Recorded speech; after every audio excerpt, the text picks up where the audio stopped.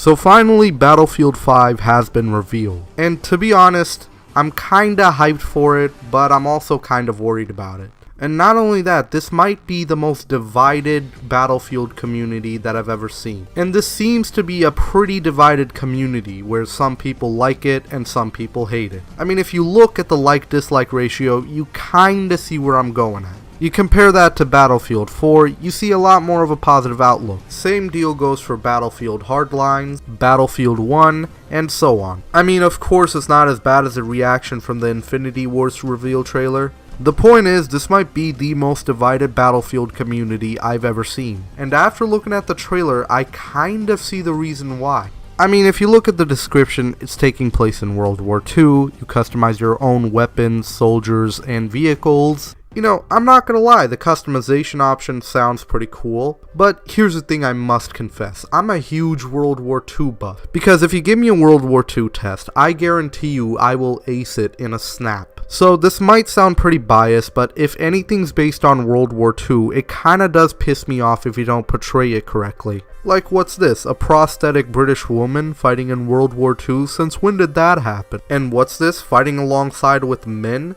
No offense, they kinda showed a pretty inaccurate scenario here. Now, before you come at me with the, oh, you're racist, you hate women and black people, you white people have to ruin everything for everyone, remember this, I'm okay with diversity as long as it's done right.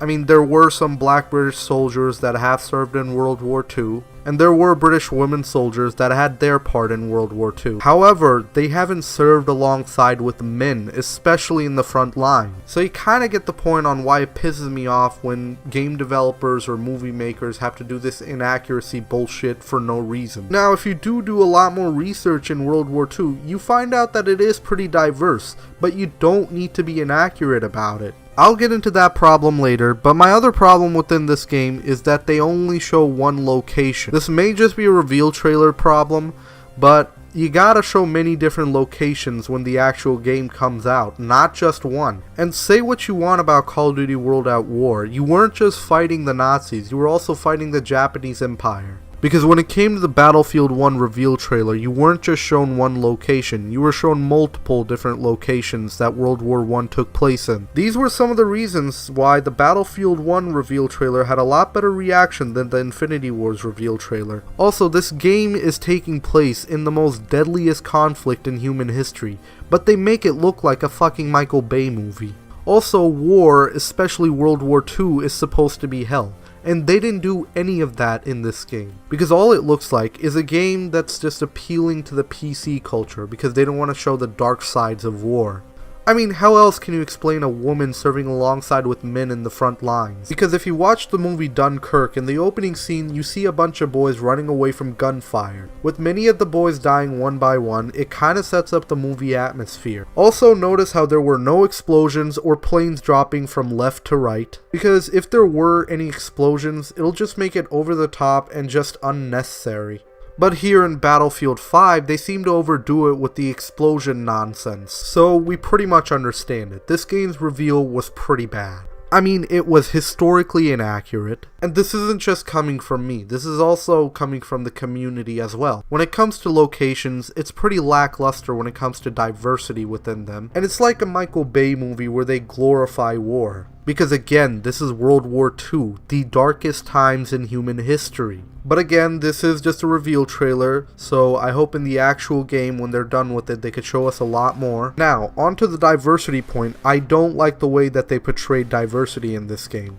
Because if you actually do your research, you could have chose many other things than a woman fighting World War II.